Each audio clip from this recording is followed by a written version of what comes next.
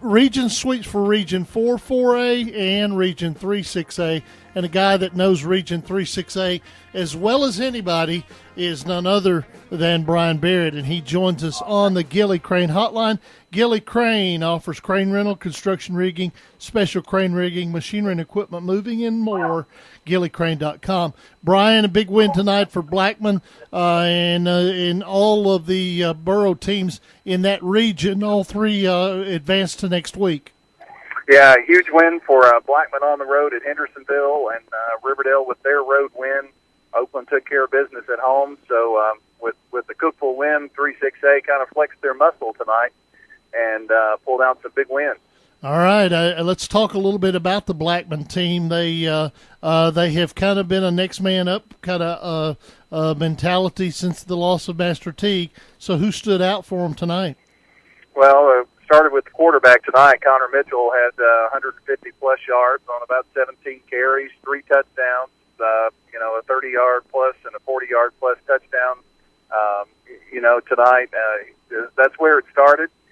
Sophomore Jordan Brown had plenty of great, nice carries tonight, and Connor Murphy also came in and spelled him at times. So the running back by committee is working for Blackman, and the quarterback's helping out in that regard as well. And on a wet, sloppy field, they had to establish the run, and they were able to do that.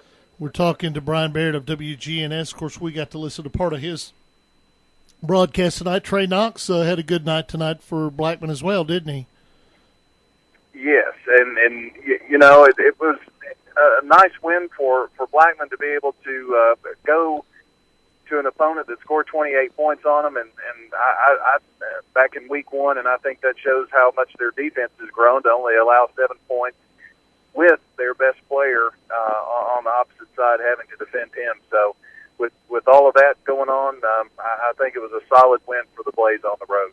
Talk about next week. I know that you probably have already rolled it over in your mind and did the what if. So what are you leaning toward covering for WGNS next week? Have you made that decision yet? Well, when you've got 2 county teams playing each other, that seems to be the place to go. So we'll be doing the Blackman-Oakland game over at Oakland, and we'll see if Riverdale can defeat the Cavaliers. Well, we'll have another Rutherford County quarterfinal matchup for right to play in the semifinals. So that's kind of what we're hoping for, and see what happens. Well, we kind of talked about that another battle of the borough in the quarterfinals would be a super. I mean, I guess that would be the quarterfinals. That'd be a super matchup. Dennis Weaver, Eric Keith, talking to Bryan Barrett of WGNS. All right, Bryan. So who do you think? Who are we going to be seeing in the quarterfinal? Will it be 2 Murfreesboro teams? Well, I think we've got a good shot at it. It would be nice for everybody except Blackman to have a battle of the borough in the quarterfinals, and they're going to have something to say about it, I think. But you got 3 of the 4 teams in that part of the bracket to battle to get to the quarterfinal matchup. So I'd say there's a good chance. It'll be tough with Riverdale having to play Cookville again. Of course, they beat them in the regular season, but I think that's a pretty even game. But gosh, not a lot of people gave Will Kreisky's team a chance to go to 10-0 Mount Juliet either. So don't count out the Warriors and sleep on them. Definitely not. I'm sure that they've got some plans to capture another one. Bryan, great job as always again tonight, and we look forward to listening to you and talking to you. And I'm sure that if we could get an opportunity to listen in some next week, we'd love to do that and bring your broadcast if we have that opportunity. Okay.